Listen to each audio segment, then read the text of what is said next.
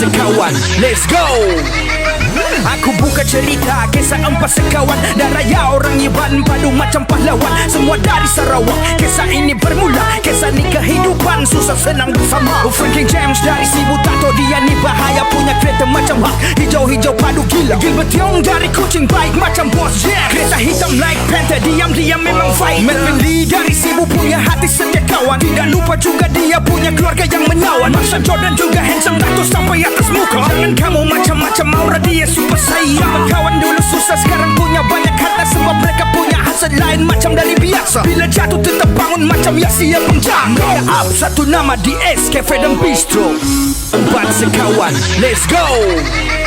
Aku buka cerita kisah empat sekawan dan raya orang Iban padu macam pahlawan. Semua dari Sarawak. Kisah ini bermula, kisah ni kehidupan susah senang bersama. Franklin James dari Sibu Tato, dia ni bahaya punya kereta macam hak. Hijau-hijau empat sekawan, let's go.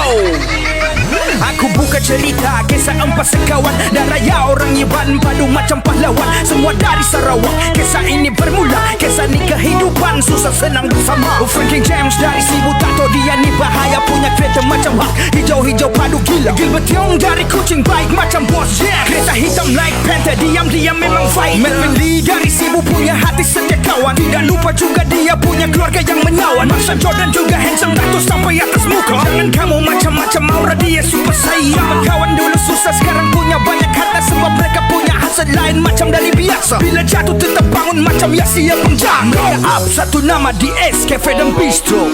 Empat sekawan, let's go. Aku buka cerita kisah empat sekawan dan raya orang Iban padu macam pahlawan. Semua dari Sarawak. Kisah ini bermula, kisah ni kehidupan susah senang bersama. Franklin James dari Sibu Tato, dia ni bahaya punya kereta macam hak. Hijau-hijau empat sekawan, let's go. Aku buka cerita kisah empat sekawan dan raya orang Iban padu macam pahlawan. Semua dari Sarawak. Kisah ini bermula, kisah ni kehidupan susah senang bersama. Franklin James dari Sibu Tato, dia ni bahaya punya kereta macam hak. Hijau-hijau padu gila. Gilbert Tiong dari Kuching baik macam bos Jack. Kereta hitam like Panther, diam-diam memang fight. Melvin Lee dari Sibu punya hati setia kawan. Tidak lupa juga dia punya keluarga yang menawan. Masa Jordan juga handsome Dato sampai atas muka. Jangan kamu macam-macam aura dia super sayang. Kawan dulu susah sekarang punya banyak harta. Sebab mereka punya hasad lain macam dari biasa. Bila jatuh tetap bangun macam Yasia penjaga. Up satu nama di Eksperimen Bistro. Empat sekawan, let's go. Aku buka cerita kisah empat sekawan dan raya orang Iban padu macam pahlawan. Semua dari Sarawak. Kisah ini bermula, kisah ni kehidupan susah senang bersama. Franklin James dari Sibu Tato, dia ni bahaya punya kereta macam hak. Hijau-hijau empat sekawan, let's go.